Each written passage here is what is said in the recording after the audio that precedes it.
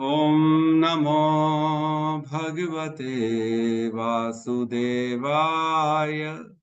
ॐ नमो भगवते वासुदेवाय। ॐ नमो भगवते वासुदेवाय। यः स्वानुभावम् अखिलं श्रुतिसारमेकम् आध्यात्मदीपम् अतितीर्षितां तमोऽन्धम् संसारिणां करुणयः पुराणगुह्यम् तं व्याससूनम् उपयामि गुरुं मुनीनां। नारायणं नमस्कृत्य नरं चैव नरोत्तमं देवीं सरस्वतीं व्यासं ततो जयमुदीरये। श्रवणतां स्वकथः कृष्ण पुण्यश्रवण कीर्तिनः हृदयन्तस्थो हि अभद्राणि विदुनोति सुहृत्सताम्। नष्टप्रायेषु अभद्रेषु नित्यं भागवत सेवया भगवती उत्तम श्लोके भक्तिर्भवति नैष्टिकी। कृष्ण शमतः श्रद्धया नित्यं गृणतश्च स्वचेष्टितं कालेन नातिदीर्घेण भगवान् विशते हृदि। कृष्णाय वासुदेवाय देवकी नंदनाय च नंदगोपकुमाराय गोविंदाय नमो नमः। जय श्री कृष्ण चैतन्य प्रभु नित्यानंद श्री अद्वैत गदाधर श्रीवासादि गौर भक्ता वृंद। हरे कृष्णा कृष्णा कृष्णा हरे हरे, हरे राम राम राम हरे हरे। हरे कृष्णा कृष्णा कृष्णा हरे हरे, हरे राम राम राम हरे हरे। हरे कृष्णा कृष्णा कृष्णा हरे हरे, हरे राम राम राम हरे हरे। हरे कृष्णा। सभी भक्तों का स्वागत है प्रातःकालीन श्रीमद् भागवतम के सत्र में। कल हमने बड़े इंपॉर्टेंट श्लोकों को किया था। कल हमने किया था 5, 6, 7, राइट। 5, 6, 7। तो फटाफट रिवीजन करते हैं। 5 में कहते हैं जब तक अभिमन्यु का महान शक्तिशाली पुत्र संसार का सम्राट बना हुआ है तब तक कली के पनपने की कोई गुंजाइश नहीं है। और 6 में कहते हैं जिस दिन तथा जिस क्षण भगवान श्री कृष्ण ने इस पृथ्वी को छोड़ा उसी समय समस्त आध्यात्मिक कृत्यों को बढ़ावा देने वाली अधार्मिक कृत्यों को बढ़ावा देने वाला कली इस संसार में आ गया। और 7वां जो कि बहुत इंपॉर्टेंट श्लोक है, इसमें कहते हैं कि महाराज परीक्षित मधुमक्खियों की तरह यथार्थवादी थे जो केवल पुष्प के सार को ग्रहण करती है। वे यह अच्छी प्रकार जानते थे कि इस कलयुग में कल्याणकारी वस्तुएं तुरंत ही अपना शुभ प्रभाव डालती हैं, जबकि अशुभ कर्मों का वास्तविक रूप में संपन्न करना पड़ता है जिससे प्रभाव जमा सके। अतः उन्होंने कभी भी कली से ईर्ष्या नहीं की। कभी भी ईर्ष्या नहीं की मीन्स कभी भी ईर्ष्या नहीं की। अपने अंत काल में जब मृत्यु पर्यंत तक्षक नाग का उनको श्राप मिल गया था ऋषि पुत्र के द्वारा, तब भी उन्होंने कलयुग से द्वेष नहीं किया था। बहुत इंपॉर्टेंट है इस चीजों को समझना। कुछ इसमें क्लैरिटी करनी बहुत ज्यादा जरूरी है। कल हमारे हिज ग्रेस रोहिणी नंदन प्रभु कह रहे थे कि मैं इसमें कह रहा था कि शुभ कार्यों को जो हम संकल्प करते हैं, मात्र संकल्प करने से उसका फल मिल जाता है।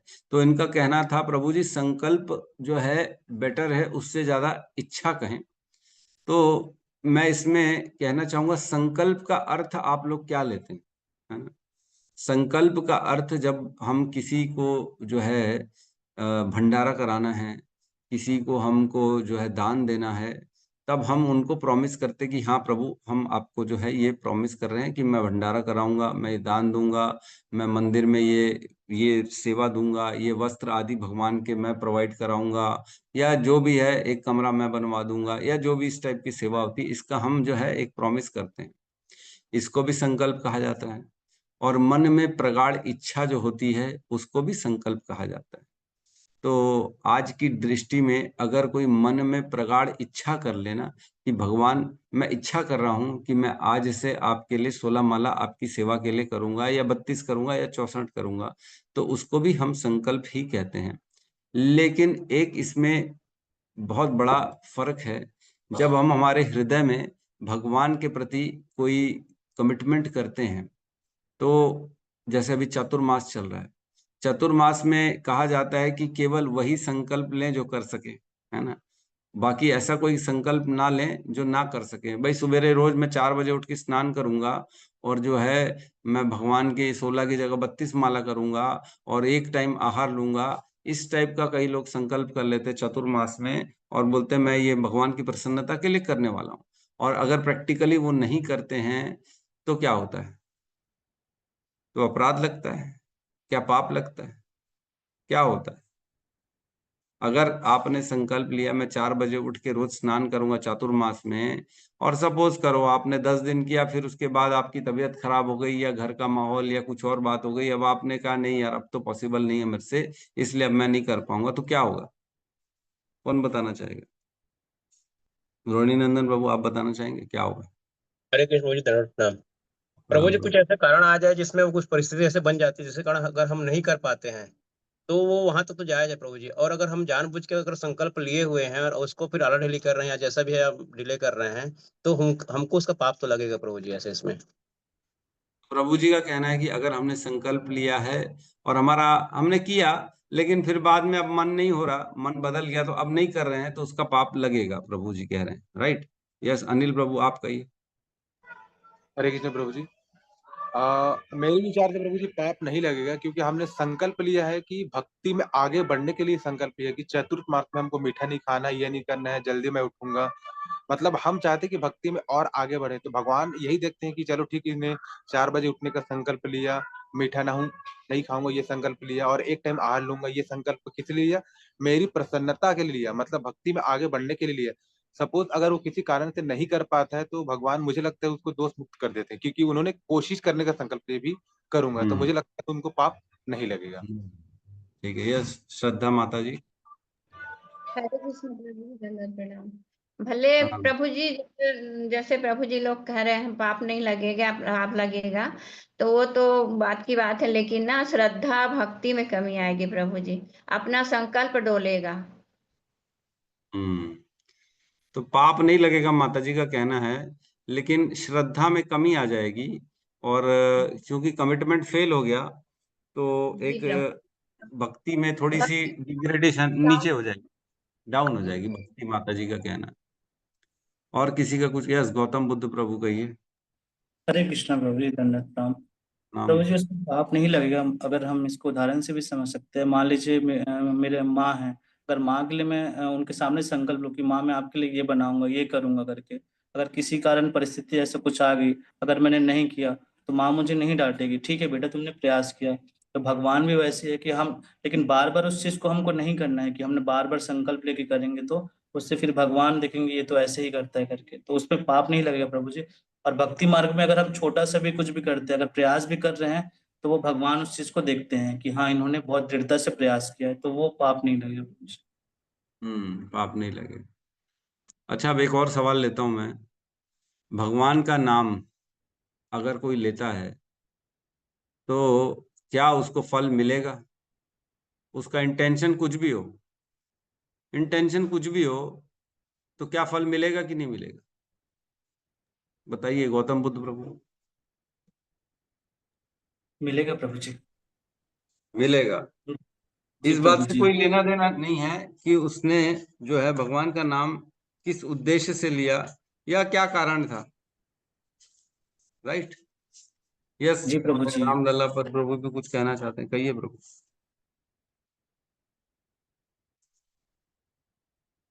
रामलला प्रभु आप। हरे कृष्ण प्रभु जी। मेरी यस आवाज आ यस। रही है ना? यस आ रही है, बोलिए।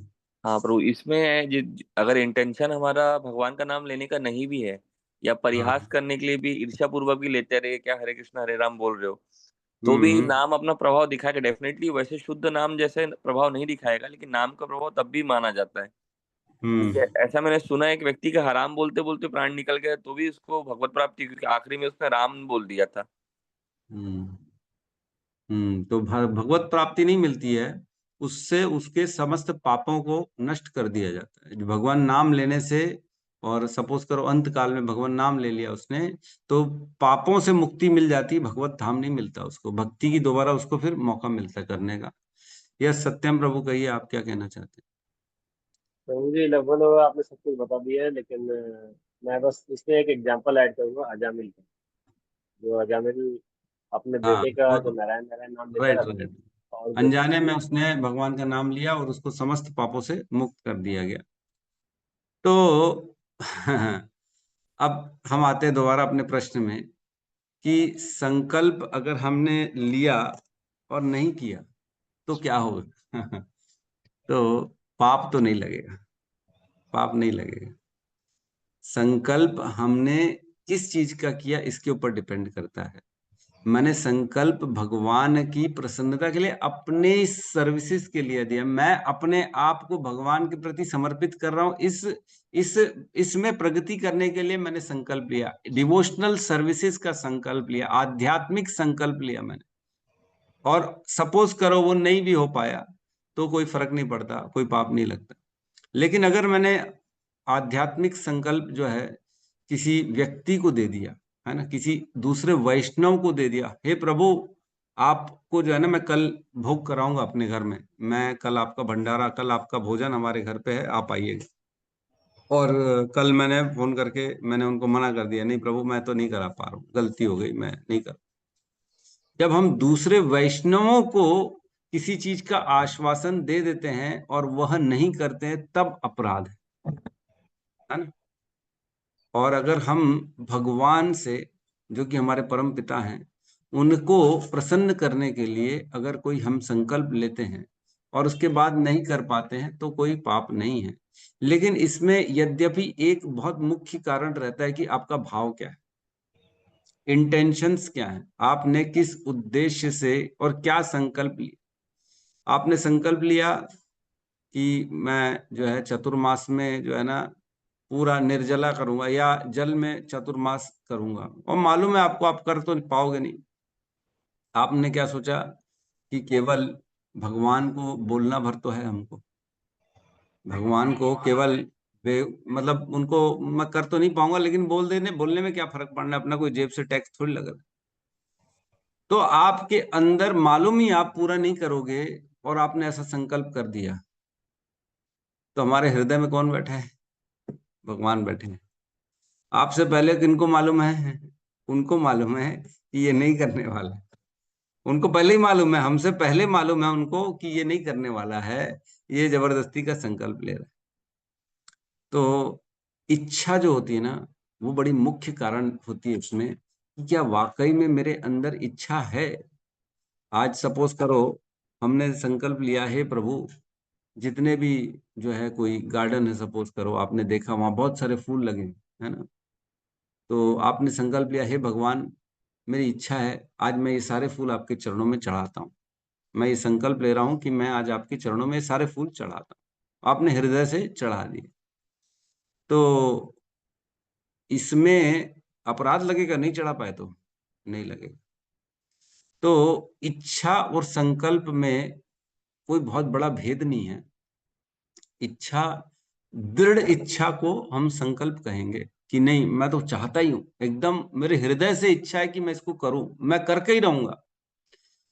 यद्यपि प्रैक्टिकल नहीं है, वो तो माली घुसने नहीं देगा ना हमको गार्डन में, सारे फूल तोड़ने थोड़ी देगा, डंडा मार के भगाएगा।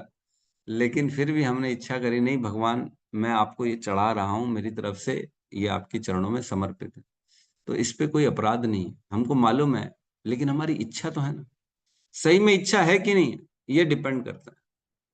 कि खाली सुन लिया, ज्ञान ले लिया कि फल मिल जाता ना, केवल फल प्राप्ति के लिए अगर हमने ऐसी इच्छा कर दी, नहीं नहीं फल तो मिलेगा ना, यद्यपि इच्छा नहीं है तो फल नहीं मिलेगा।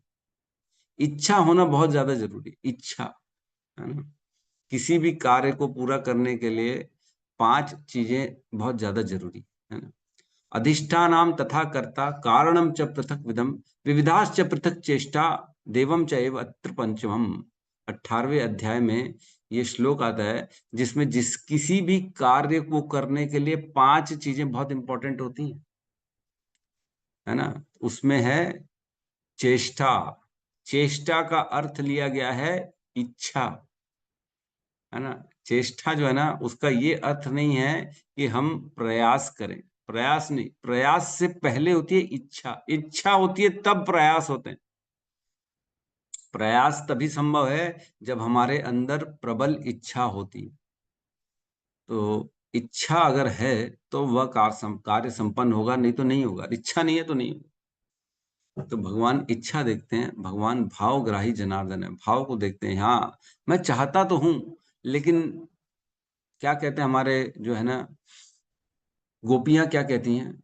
गोपियां कहती हैं ब्रह्मा जी को बुद्धि नहीं है शरीर बनाने की, ब्रह्मा जी को अक्ल नहीं है, शरीर कैसे बनाया उन्होंने? हमको 2 नेत्र दिए मात्र, उसके भी ऊपर भी पलके दे दिए।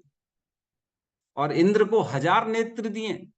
वो इंद्र जो केवल भोग करता है, वो इंद्र जो अप्सराओं का नृत्य देखता है, वह इंद्र जो भोगों में लगा हुआ है, उस इंद्र को 1000 आंखें। और हम जैसे जो छोट गोपियां हैं, हमको केवल 2 नेत्र, उसमें भी पलकें।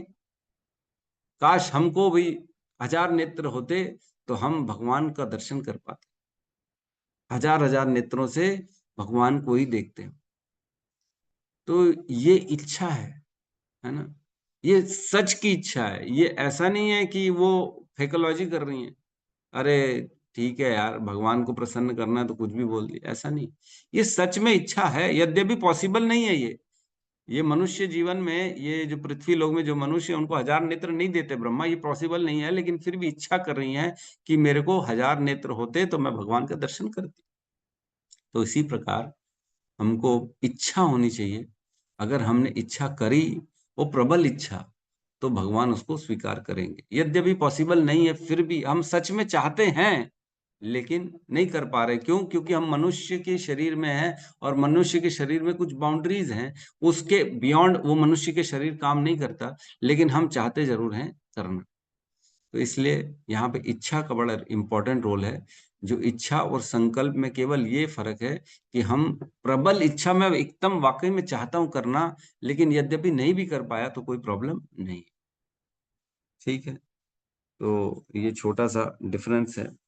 एक श्लोक आता है 6.2.18, है ना, उसमें कहते हैं, जिस तरह अग्नि सूखी घास को जलाकर राख कर देती है, उसी तरह भगवान नाम, चाहे वह जाने अनजाने में उच्चारण किया गया हो, मनुष्य के पाप कर्मों के फल, सभी फलों को निश्चित रूप से जलाकर राख कर देता है। तो भगवान के नाम जो है ना, उसको यद्यपि आप किसी भी उद्देश्य से लें, लेकिन वो निश्चित तौर से सभी के जो है पापों को नष्ट कर देता है। तो इसी प्रकार हम भी भगवान की इच्छा करते हैं तो भगवान उसका फल अवश्य देते हैं। इच्छा होनी चाहिए, मतलब सच की इच्छा होनी चाहिए। ऐसा नहीं कि केवल हमने बोल दिया और अरे ठीक है अब तो बोला तो करते हैं, ऐसा नहीं। इच्छा होनी चाहिए। ठीक है, तो कल जो है हमने बोला था 7वें नंबर के श्लोक को याद करने के लिए हम प्रवेश करते हैं वापस सत्र में। आज हम श्लोक क्रमांक 8 में प्रवेश करते हैं। कल हमने इस श्लोक पे बहुत चर्चा करी थी। तो हमें इच्छा करने से मात्र फल मिल जाते हैं, ये हमको समझना चाहिए। कलयुग का ये बहुत बड़ा गुण है। तो कल के क्लास में कलयुग के गुणों पे हमने चर्चा करी थी। और जो पाप कृत्य हैं वो एक्चुअल में करने पड़ते हैं, तभी पापों का जो है हमको फल मिलता है। तो कितना सुंदर ये कलयुग का गुण है। इसमें एक चर्चा तो रह गई कि कलयुग जो है पापों को एक्चुअल में करने के लिए जब करते हैं तभी हमको फल मिलता है, और जब पुण्य अच्छे शुभ कर्म हैं उनको मात्र इच्छा करने से उनका फल मिल जाता। तो ऐसा क्यों कहा गया कि कलयुग में इच्छा भी नहीं करेंगे लोग अच्छा कर्म करने? कलयुग का इतना बड़ा प्रकोप है, इतना जबरदस्त प्रकोप है कि लोग जो है इच्छा भी नहीं करेंगे, सोचो, शुभ काम करने की। अभी तो ये कहते 10,000 साल जो है ना, ये गोल्डन एरा चल रहा है अभी, जब से चैतन्य महाप्रभु आए हैं तब से। लेकिन जैसे ही ये 10,000 साल खत्म होंगे, और 10,000 साल भी इसलिए गोल्डन एरा है क्योंकि ये 10,000 सालों तक भगवान की भक्ति रहेगी, मंदिर रहेंगे, भगवान का नाम रहेगा। उसके बाद वो भी नहीं रहेगा, धीरे धीरे फेड होना चला जाएगा। तो कलयुग में व्यक्ति की सोच भी जो होगी वो भी शुभ नहीं होगी। कभी वो सोच भी नहीं पाएगा अच्छा कर्म करने के लिए। इतना ज्यादा कलयुग का प्रभाव बढ़ने वाला। हम लोग सब बड़े खुश नसीब हैं, बहुत भाग्यशाली हैं जो हमको ऐसे समय में जन्म मिला, ताकि भगवान का हम प्राप्ति आसानी से कर सके। सोचो कितना आसान है। सतयुग में लाख लाख साल तक लोग जो है ध्यान करते थे, फिर भी भगवान की प्राप्ति नहीं होती थी, क्योंकि हृदय में अगर कुछ गड़बड़ आ गया तो उसका पाप लग जाएगा। सोच अगर कुछ गंदी हो गई तो उसका पाप लग जाएगा और उस पाप को फिर भोगना पड़ेगा, फिर जन्म लेना पड़ेगा उस पाप को भोगने के। लेकिन कलयुग में ऐसा है कि कितना भी गंदा सोच लो कोई उसका पाप नहीं है, लेकिन कितना भी अच्छा सोच लो उसका पुण्य पुण्य मिल रहा है। तो कितना ज्यादा डिस्काउंट दे दिया है चैतन्य महाप्रभु ने हमको भगवत धाम जाने के लिए। इतने सारे ब्रह्मा के दिन निकल चुके हैं, ब्रह्मा की आयु 50 वर्ष की हो चुकी है, करोड़ों करोड़ों हाँ जन्म हमारे हो चुके हैं अलग अलग योनियों में, कभी स्थावर, कभी जंगम, कभी जल में रहने वाले, कभी हवा में उड़ने वाले, कभी वृक्षों के रूप से। सारी योनियां हम क्रॉस करके आ चुके हैं। हर एक जो भी योनियां आप देखते हैं वो सारी एक तरफ एक बार आप उसमें जी के आ चुके हैं। ये देखना चाहिए, मानना चाहिए। जो भी उस जीव के अंदर जो भी सुख और दुख वो महसूस कर रहा है, वो हमने एक बार जीवन जिया है, वो हमने भी सहा हुआ है एक तरह से। तो क्या दोबारा उस चक्र में जाना चाहते हैं? अगर छूट गया एक बार मनुष्य जीवन, तो दोबारा से उस 84 लाख योनियों में प्रवेश करा दिया जाएगा, दोबारा से फिर से घुमा के चक्र में डाल दिया जाए। तो क्या दोबारा हम चाहते हैं? और दोबारा अगर चक्र के बाद मनुष्य योनि मिली भी, तो क्या चैतन्य महाप्रभु उस समय आएंगे? क्या उस समय भगवान की भक्ति मिलेगी? क्या उस समय हमारी अनुकूल परिस्थितियां होंगी जो हम भक्ति कर सके? तो यह बहुत इम्पोर्टेंट है। सुदुर्लभ मनुष्य तन पावा, सब ग्रंथन यही गावा। चाहे प्रहलाद महाराज हो, हमारे भक्ति सिद्धांत सरस्वती ठाकुर शील प्रभुपाद जो हैं, वो रोते थे। जो 11वें स्कंद का श्लोक है, उसको जब जब बोलते थे उनके आंखों से अश्रु की धारा बहती थी। कहते थे, लब्ध्वा सुदुर्लभम इदम बहु संभवन्ते, मानुषम अर्थदम अनित्य अपीह धीर, निश्रय सात खलु सर्वतः। नहीं, लब्ध्वा सुदुर्लभम इदम बहु संभवन्ते, मानुष्यम अर्थदम अनित्य अपीह धीर, तूर्णम यतेत न पतेत अनुमृत्यु यावत, निश्चय सात खलु विषय स्यात् सर्वतः। कि हमेशा हर योनि में विषय सुख है, और मनुष्य जीवन में भी अगर केवल विषय सुख के लिए हम प्रयास कर रहे हैं तो मनुष्य जीवन को व्यर्थ कर रहे हैं। पशुओं में और मनुष्यों में यही अंतर है। पशुओं में भी विषय सुख है, और पशु भी अपने बच्चों का पालन पोषण करते हैं, पशु भी अपना पेट भर लेते हैं। अगर मनुष्य भी केवल यही कर रहा है तो इनमें और हमें अंतर क्या है? अगर केवल बच्चों का पेट पालने के लिए प्रयास किया तो ये तो कुत्ता भी करता है, ये तो चिड़िया भी करती, सुबह सुबह जाती है बच्चों के लिए दाना चुग चुग के लाती है और अपने मुख से खिलाती है ना। अगर हमने एक घर बना दिया बच्चों के लिए, तो ये तो चिड़िया भी कर रही है, घोंसला बनाती है, चूहा भी बिल बनाता है ना। इसमें क्या हमने एक्स्ट्रा क्या कर लिया? अगर हम बच्चे पैदा कर रहे हैं तो पशु भी बच्चे पैदा करते हैं, है ना। कबूतर भी अंडे दे रहे हैं, कुत्ते भी बच्चे पैदा कर रहे हैं, सुअर भी बच्चे पैदा कर रहे हैं। तो हम में और उनमें अंतर क्या है? कोई अंतर नहीं। अंतर केवल और केवल यही है कि हमको एक विशेष उच्चतर चेतना मिली है, जिसके माध्यम से हम धर्म का अनुशीलन करके भगवान की प्राप्ति कर सकते हैं। और वो लोग नहीं कर सकते भगवान की प्राप्ति, उनको केवल सुख और दुख को सहना पड़ेगा। यही उनकी योनि की सीमित जो है सीमाएं बनी हुई हैं, और हमारे मनुष्य जीवन में सीमाएं नहीं हैं। इसीलिए कुछ भी कोई खा सकता है, कोई कुछ भी बोल सकता है, कोई कुछ भी कर सकता है। ये इसीलिए भगवान ने इसको ओपन किया हुआ है, इसमें बाउंड्रीज नहीं है। आज आपको फल खाना है तो फल खा सकते हो, मांस खाना है तो मांस खा सकते हो, कोई आपको बंधन नहीं है ना। कई लोग एक शादी कर रहे हैं, कई लोग 10-10 शादी कर रहे हैं कि नहीं कर रहे। कई लोग एक बच्चा पैदा कर रहे हैं, कई लोग 15-15 बच्चे भी पैदा कर रहे हैं कि नहीं कर रहे। तो मनुष्य जीवन की सीमाएं नहीं है। मनुष्य जीवन केवल और केवल भोगों के लिए नहीं बना है। मनुष्य जीवन जिस प्रकार भोगों के लिए लोग प्रयास कर रहे हैं, लेकिन मनुष्य जीवन का उद्देश्य भोग नहीं होना चाहिए, भगवत प्राप्ति होना चाहिए। नायम देहो देह बाजाम निलोके कष्टान कामन अर्हते व्यंग भुजाम ये तपो दिव्यम पुत्र काये न सत्वम तस्मात् शुद्धेत ब्रह्म सौख्यम तु अनंतम। यह जो जीवन है इसको भगवत प्राप्ति के लिए तपस्या में लगाना है, यही हमारे शास्त्रों का वर्णन है ना। इसलिए बहुत अच्छा समय है कलयुग का, और जो कलयुग में भगवान का संग कर रहा है उसको कलयुग छू भी नहीं पा रहा। जो भगवान का नाम उच्चारण कर रहा है उससे कलयुग दूर रहता है। हम अभी पढ़ने वाले, तो हम सब बड़े सौभाग्यशाली हैं कि हम कलयुग से दूर है। क्या हमारे अंदर क्या भावना आती है कि दारू पिए? नहीं आती ना।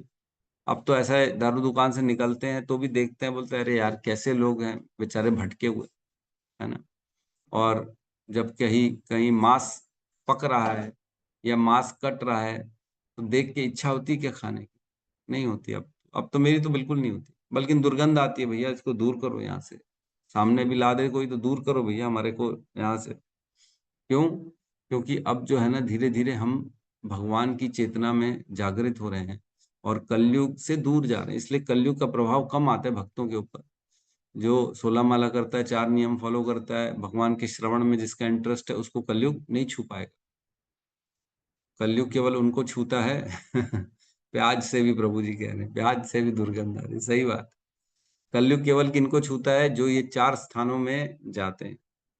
कौन से 4 स्थान है? अवैध स्त्री संग, है ना, द्यूत क्रीड़ा जो गैम्बलिंग होती है, और नशा जिसको कहते हैं, और मांस भक्षण। इन चारों स्थान में कलयुग रहता है। और हमने जाना जो धन होता है, अत्यधिक धन जो अधर्म से कमाया गया, अधर्म से जो रजोगुण और तमोगुण से कमाया गया धन है, उसमें रहता है कलयुग। तो भगवान की सेवा में लगे रहें तो हम कलयुग से बचे रहेंगे। ठीक है, अगले श्लोक में हम प्रवेश करते हैं।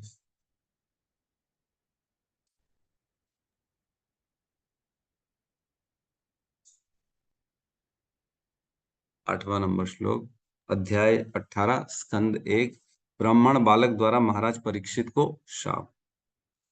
किम नु बालेषु शूरेण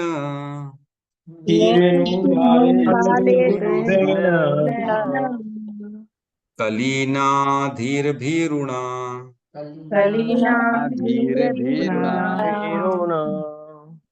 अप्रमत्तः प्रमत्तेषु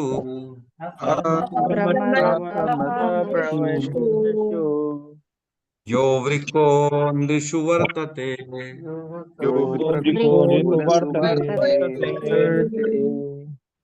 किं न बालेषु शूरेण कलीनाधीर्भिरुणा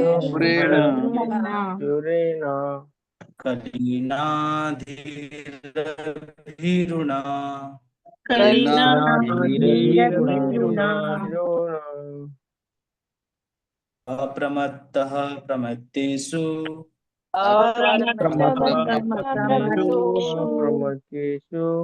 यो वृकोऽन्ध्रिषु वर्तते।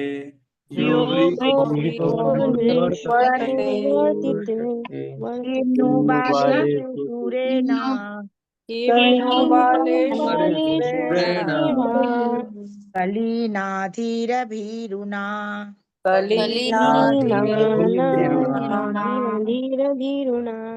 अप्रमत्तः प्रमत्तेषु यो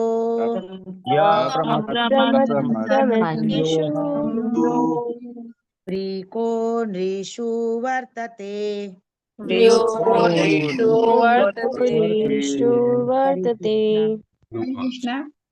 महाराज परीक्षित ने विचार किया कि अल्पज्ञ मनुष्य कली को अत्यंत शक्तिशाली मान सकते हैं, किंतु जो आत्म संयमी है उन्हें किसी प्रकार का भय नहीं है।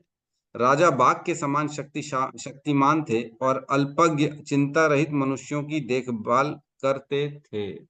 ओम अज्ञानतिमिरन्धस्य ज्ञानांजन शलाकया चक्षुरुन्मीलितं येन तस्मै श्री गुरुवे नमः। श्री चैतन्य मनोभीष्टं स्थापितं येन भूतले स्वयं रूपः कदा मह्यं ददाति स्वपदान्तिकं। वन्देऽहं श्रीगुरु श्रीयुतपदकमलं श्रीगुरून् वैष्णवांश्च श्रीरूपं सागरजातं सहगण रघुनाथान्वितं तं सजीवं साद्वैतम सावधूतम परिजन सहितम कृष्ण चैतन्य देवम श्री राधा कृष्ण पादान सहगन ललिता श्री विशाखान्वितांश्च। हे कृष्ण करुणा सिंधु दीन बंधु जगतपते गोपेश गोपिका कांता राधा कांत नमस्तुते। तप्त कांचन गौरांगी राधे वृंदावनेश्वरी वृषभानु सुते देवी प्रणमामि हरिप्रिय। वाञ्छाकल्पतरुभ्यश्च कृपा सिन्धुभ्य एव च पतितानां पावनेभ्यो वैष्णवेभ्यो नमो नमः। नमः विष्णुपादाय कृष्णपृष्ठाय भूतले श्रीमते भक्तिवेदांत स्वामी इति नामिने। नमस्ते सरस्वती देवे गौरवाणी प्रचारिणे निर्विशेष शून्यवादी पाश्चात्य देशतारिणे। जय श्री कृष्ण चैतन्य प्रभु नित्यानंद श्री अद्वैत गदाधर श्रीवासादि गौर भक्त वृंद। हरे कृष्णा कृष्णा कृष्णा हरे हरे हरे राम राम राम हरे हरे। हरे कृष्णा। तो 8 नंबर श्लोक में अभी हैं, जिसमें कह रहे हैं कि जो है किम नु बालेषु शूरेण, किम नु बालेषु शूरेण। किम नु मीन्स क्या ही हो सकता है ना। किम नु मीन्स क्या हो ही क्या सकता है। किम नु बालेषु शूरेण। बालेषु मीन्स जो अल्पज्ञ हैं, जो बाल बुद्धि वाले हैं, जिनके अंदर बच्चा बुद्धि होती है, उनको अल्पज्ञों को बालेषु कहते हैं। और कह रहे हैं शूरेण, जो शूरेण मीन्स शक्तिमान है। क्या ही हो सकता है जो अल्पज्ञ व्यक्ति हैं, जिनको कंट्रोल कलयुग कर रहा है ना। कलयुग जो है ना, कलीना लिखा है जहाँ पे, शूरेण कलीना, जो शक्तिशाली कलयुग है वह कंट्रोल कर सकता है किसको? अल्पज्ञों को, जो जो ध्यान नहीं देते ज्यादा। और क्या करें? धीर भीरुणा। लेकिन जो धीरवान व्यक्ति होता है, जो धर्मपरायण होता है, वो भीरुणा, भीरुणा मीन्स उससे भयभीत नहीं रहता कलयुग से, है ना। और क्या करें? अप्रमत्तम प्रमत्तेषु। अप्रमत्तम मीन्स जो अप्रमत्तम और प्रमत्तेषु, सतर्क और लापरवाहों में, है ना, जो लापरवाह हैं। यो वृको नृषु वर्तते।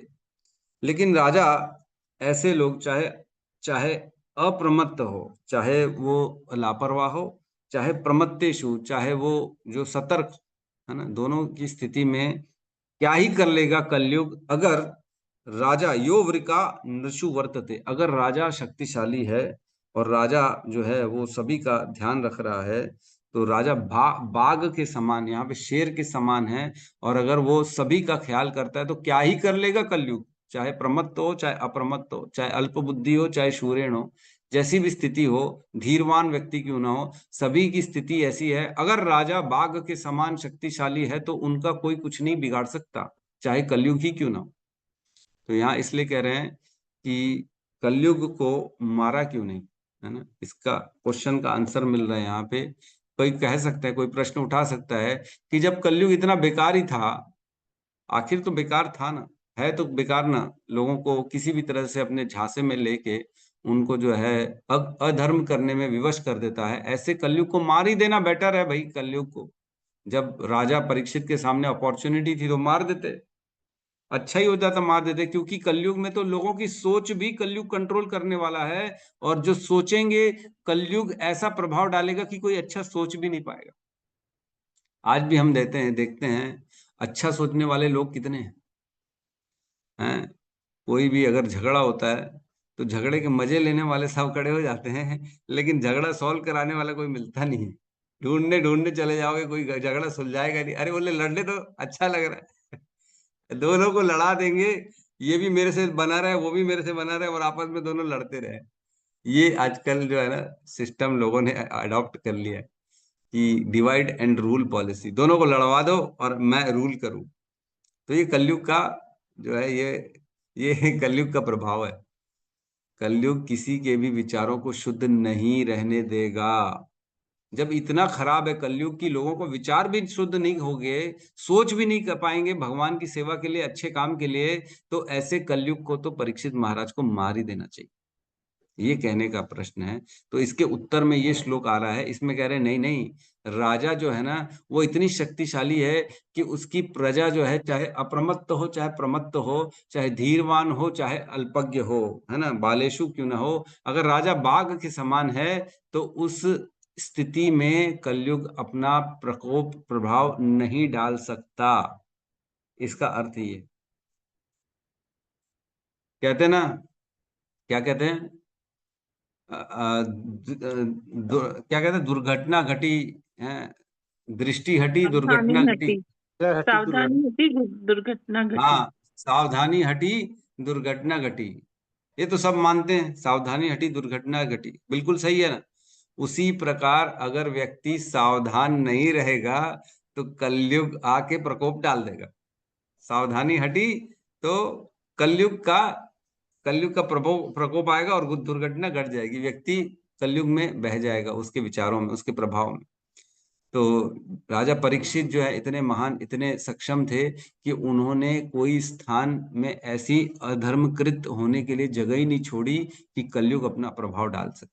कलयुग बेचारा परेशान हो रहा था कि मैं कैसे इनके राज्य में अपना प्रभाव डालूं, कैसे अपना काम कर सकूं, तो काम कर ही नहीं सक रहा था, क्योंकि हमारे परीक्षित महाराज इतने शक्तिशाली थे।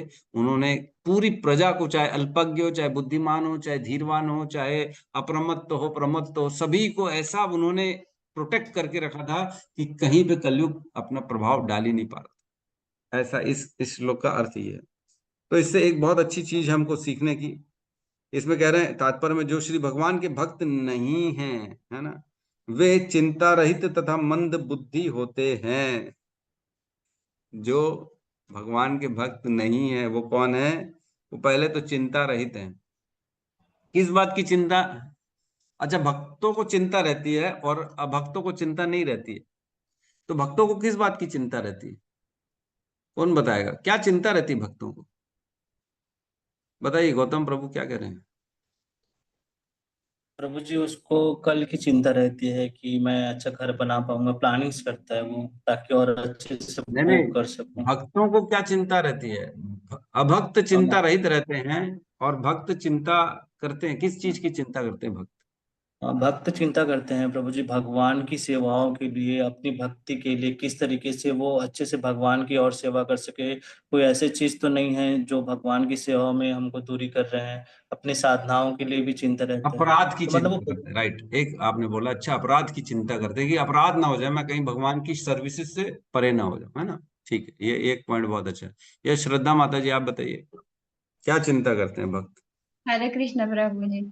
जो प्रभु जी जैसे बोले, आप वैष्णव अपराध तो वो ठीक है, लेकिन जैसे कथा में आती है प्रभु जी, हनुमान भगवान, राम भगवान उनकी जब सेवा में थे, सीता मैया को लेने जा रहे थे, तो उनको सिर्फ एकमात्र चिंता थी कि मैं भगवान की सेवा कैसे करूं, सीता मैया को कहाँ ढूंढूं, कब ढूंढूं, कैसे ढूंढूं। तो ये उनकी बहुत बड़ी चिंता थी प्रभु तो जी सेवा में। भक्तों की जी चिंता ये रहती है कि मैं कैसे भगवान की सेवा करूं, आपका कहने का अर्थ ये। ठीक है, जी प्रभु जी। यस यस, ठीक है, ये सत्यम प्रभु का, ये क्या चिंता रहती है भक्तों को? हरे कृष्ण जनरल प्रभु जी। हम्म। प्रभु जी, अभक्तों को ये अभक्तों के लिए ये चिंता रहती है भक्तों को कि जो है कैसे और कब जो है ये भगवान में रुचि रखेगा और इसी जीवन में जो है अपना उद्धार करेगा और वैकुंठ धाम जाएगा। हाँ, ये बहुत सही पॉइंट बोला आपने। भक्तों को क्या चिंता रहती है, मैं, ये मेरा जीवन निकल रहा है, समय निकल रहा है टिक टिक टिक टिक करके, क्या मैं भगवान की प्राप्ति कर पाऊंगा कि नहीं कर पाऊंगा? क्या मैं इस जीवन को सफल बना पाऊंगा कि नहीं बना पाऊंगा? व्यर्थ तो नहीं चला जाएगा मेरा जीवन?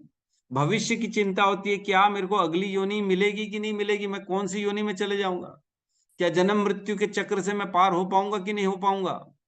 ये चिंता रहती है भक्तों को। और भक्त को क्या चिंता रहती है?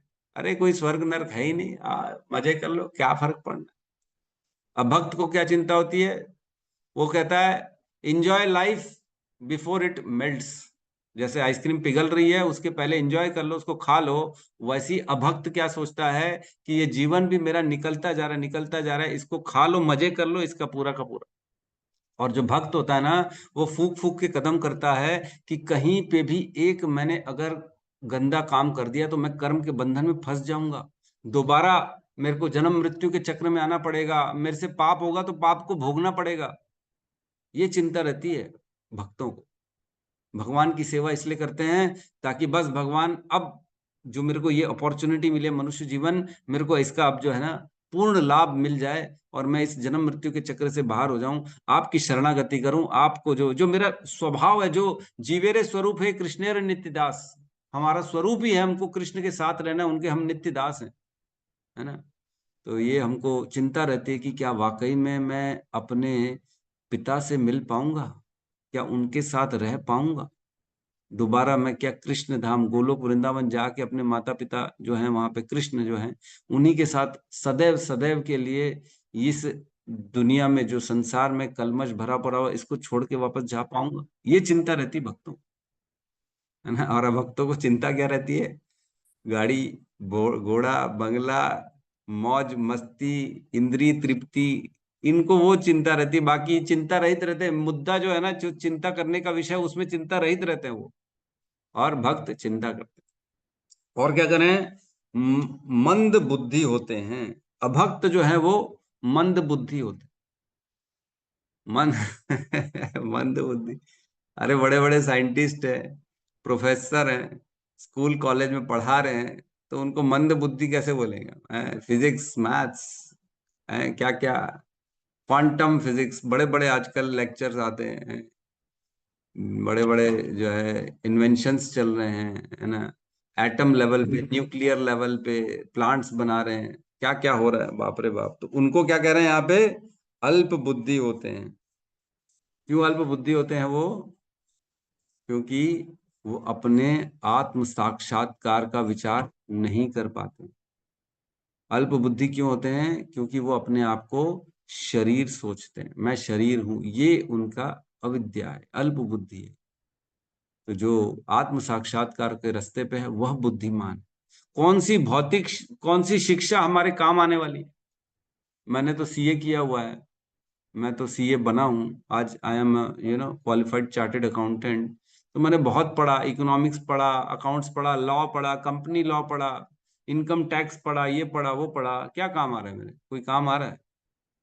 यहाँ बैठ के भागवतम की कथा करें उससे अच्छा उसी समय भागवतम पढ़ लेते तो कम से कम और अच्छे से श्लोकों का वर्णन कर लेते हैं, आध्यात्मिक ज्ञान और अच्छा दे देते। आज कुछ भी बोलो, 2 4 साल 5 साल की तपस्या है जो भगवान ने यहाँ यहाँ तक ला दिया। अगर यही मैं 20 साल तपस्या करता, बाकी पढ़ाई लिखाई कम करके इसकी पढ़ाई लिखाई ज्यादा करता, तो कितना आज आगे होता। नुकसान किया कि नहीं किया मैंने? रोज हम 16 माला कर रहे हैं, 27,500 नामों का जप कर रहे, रोज का रोज, हर डे 16 माला में। तो सोचो, अगर 10 दिन हमने माला नहीं की, 16 माला, तो कितना बड़ा नुकसान हो गया। 2,75,000 भगवान के नामों का उच्चारण मैंने नहीं किया, मेरा नुकसान हो गया। और यही 300 दिन, 365 दिन का एक साल आ रहा है, उसमें अगर मैंने 16 माला नहीं करी तो कितना बड़ा नुकसान कर दिया मैंने। कितने सारे भगवान नाम लेता जो नहीं ले पाया मैं। और मैं क्या किया? इकोनॉमिक्स में, अकाउंट्स में, स्टैटिस्टिक्स में अपना दिमाग लगाता रहा, जिसका रिजल्ट कुछ नहीं निकला। भौतिक शिक्षा जरूरी है पेट पालने के लिए, पेट के लिए जरूरी है, लेकिन आध्यात्मिक शिक्षा आत्मा के लिए जरूरी। पेट हमारे शरीर के साथ है और आत्मा तो हम स्वयं हैं। तो जब तक शरीर है तब तक पेट है। आत्मा का पेट क्या है? भगवान का नाम। भगवान का नाम जब जितना करेंगे उतना आत्मा के साथ रहेगा। तो शरीर तो छूटने वाला है ना, शरीर तो यहीं छोड़ के जाने वाला है। तो शरीर के पालन पोषण के लिए जितनी भी मेहनत करे वो यहीं की यहीं रह जाएगी, लेकिन जो आत्मा के लिए मेहनत करेंगे, नाम जप करेंगे, वो हमारे साथ जाने वाला है कि नहीं? तो यहाँ कह रहे हैं परीक्षित महाराज ने पूरी प्रजा में भक्ति फैला डाली, भक्ति की ऐसी प्रगाढ़ फैला दी कि भक्ति के मुख्य 5 अंग बताए गए हैं। मुख्य 5 अंग भक्ति के, जो सभी के बीच में उन्होंने फैला दी पूर्ण रूपेण पूरी प्रजा में। साधु संग कराया सबको उन्होंने, उन्होंने नाम संकीर्तन, नाम जप कराया सभी से, ताकि लोग जो है भगवान के नाम में लगे रहें और कलयुग से दूर रहें। तीसरा होता है, मुख्य अंग में आता है विग्रह सेवा। भगवान के मंदिर, भगवान का जो है विग्रह की सेवा होती है सबसे, तब व्यक्ति दूर रहता है कलयुग से। और चौथा होता है भगवान के जो ये ग्रंथ इत्यादि हैं, भागवतम, भगवत गीता, भगवान का ज्ञान, जिससे व्यक्ति के दिमाग विचार खुलते हैं, भगवान के प्रति जागृत होते हैं, उसका उन्होंने आयोजन कराया। और पांचवा होता है भगवान की जो है, कौन सा होता है? विग्रह सेवा, धामवास। धामवास, तो भगवान का धाम का जरूर व्यक्ति को एक बार वास करना चाहिए, तब जाके भगवान की कृपा मिलती है उसको। कहते हैं हमारे में कि जो है कार्तिक मास में एक न एक बार भगवान का धाम की यात्रा करनी चाहिए। तो ये 5 मुख्य अंग बताए गए भक्ति के, जो भी इसको फॉलो करता है वो हमेशा हमेशा के लिए कलयुग से दूर रहता है। तो कलयुग से दूर रहने का बहुत आसान सा मार्ग बताया गया है शास्त्रों में। 5 में से जो आपको ठीक लगता है उसको फॉलो करो, पांचों को करने की जरूरत नहीं है, एक कोई कर लो तो भी काम हो जाएगा है ना। लेकिन नाम जब 16 माला करनी है, 4 नियमों को फॉलो करना है, ये मिनिमम करना है जो प्रभुपाद ने बोला है। और इसके साथ साथ आप चाहे तो बुक रीडिंग करें, चाहे तो नाम जप में, नाम संकीर्तन में आगे बढ़ें, लिसन श्रवण करें, ज्यादा से ज्यादा श्रवण करें, चाहे भगवान की सेवा करते रहें, विग्रह सेवा करें, चाहे जो भी करना है, पांचों में से कुछ भी कर सकते हैं, है ना। तो उतना हमको आसान हो जाएगा। तो कलयुग जो है ना, व्यक्ति को इतना भरमा रहा है, जैसे भेड़ होती है ना, भेड़ चाल। भेड़ देखते हैं ना, भेड़ क्या करती है, एक दूसरे के पीछे चलती है, वो ऊपर सर उठा के नहीं देखती है, वो ये बस देखती है मेरे सामने वाले ठीक जैसी चल रही, बस मैं उसके ही पथ का अनुगमन करूं। एक भेड़ के पीछे दूसरी भेड़ रहती है, अब अगर आगे वाली भेड़ गड्ढे में गिर जाएगी तो दूसरी भी गड्ढे में गिर जाएगी। मालूम है कि नहीं मालूम है। भेड़ कभी ऊपर उठा के सर नहीं देखती, वो चलती है तो एक दूसरे के पीछे चलती है। वैसी कलयुग में हर व्यक्ति का हाल है, वो भेड़ चाल कर रहा है, जो सामने वाला कर रहा है मैं भी उसी को कॉपी करूंगा, चाहे वो अधर्म करे, कुछ भी करे।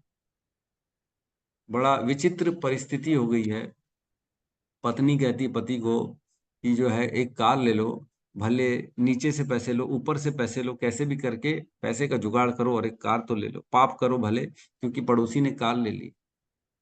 हमारा भी घर थोड़ा बड़ा होना चाहिए, कैसे भी हो बेवकूफ बना लो, बैंक से कर्जा ले लो, वापस नहीं करेंगे ना, क्या फर्क पड़ना है।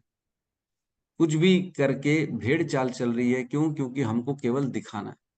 आज की परिस्थिति ऐसी हो गई है, लोग कर्जा लेके शादियों में खर्चा कर रहे हैं, कर्जा ले रहे हैं और भव्य शादी शादी कर रहे हैं, और उनको ये लग रहा है कि जो है मेरे को तो पैसा देना नहीं पड़ेगा, कोई पाप नहीं है इसमें। ये भेड़ चाल चल रही, केवल दिखावा, मेरा स्टैंडर्ड, मेरा तो ये पोजीशन है, मैं इस पोजीशन से नीचे कैसे कर सकता हूँ। तो ये कलयुग का प्रभाव है जो धीरे धीरे हम देख पा रहे हैं लोगों के अंदर आ रहा है। तो व्यक्ति को जागृत रहना चाहिए, भेड़ चाल में नहीं फंसना चाहिए, अपनी बुद्धि लगाना चाहिए और धर्म के आचरण को फॉलो करना चाहिए। तो एक ना छोटा सा मैं स्टोरी बता रहा हूँ आप लोगों को।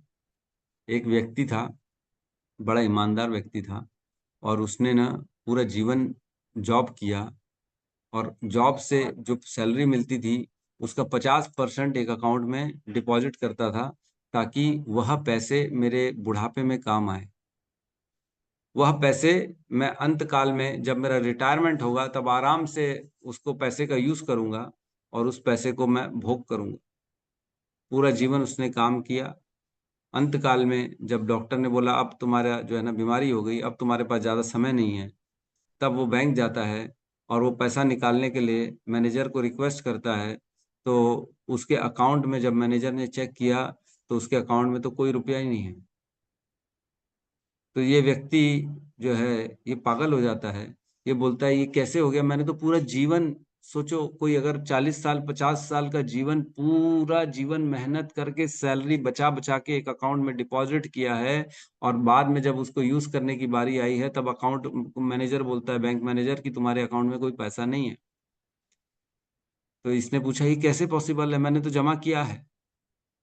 तो बोले तुमने जो जमा किया है ना वो दूसरे के अकाउंट में कर दिया, तुम्हारे से गलती हो गई, तुमने अपने अकाउंट में तो पैसा जमा ही नहीं किया तो यही हाल होने वाला है हमारे साथ भी, कि पूरा जीवन हम बचा रहे हैं, श्रम कर रहे हैं, मेहनत कर रहे हैं, लेकिन हम अपने साथ ले जाने के लिए उसको योग्य नहीं है। हम अपने साथ मृत्यु के बाद उस सारी चीजों को नहीं ले जा सकते, उसका यूज कुछ नहीं कर सकते, सब यही छोड़ना पड़ेगा दूसरों के भोग के लिए।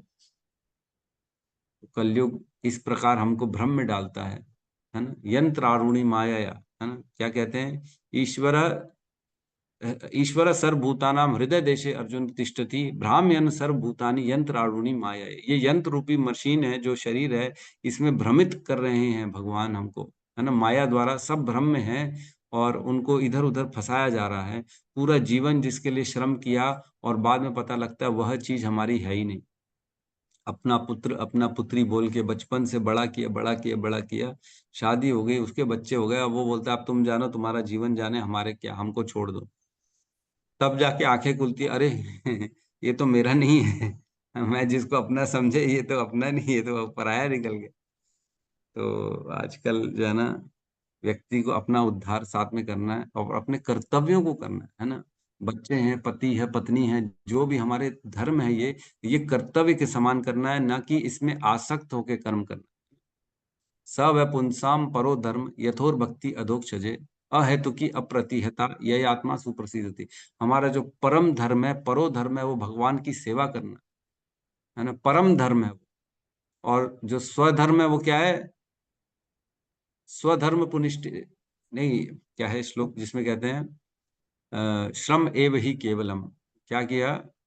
धर्म स्वनिष्ठितः पुंसाम विश्वक्सेन कथा सुने न उत्पातयेत यतिरतिम श्रम एव ही केवलम। अगर हमने भगवान की सेवा को जागृत नहीं किया, अपने स्वधर्म करते करते रुचि नहीं उत्पन्न की, तो क्या किया हमने? केवल श्रम ही कर दिया, waste of time, waste of energy.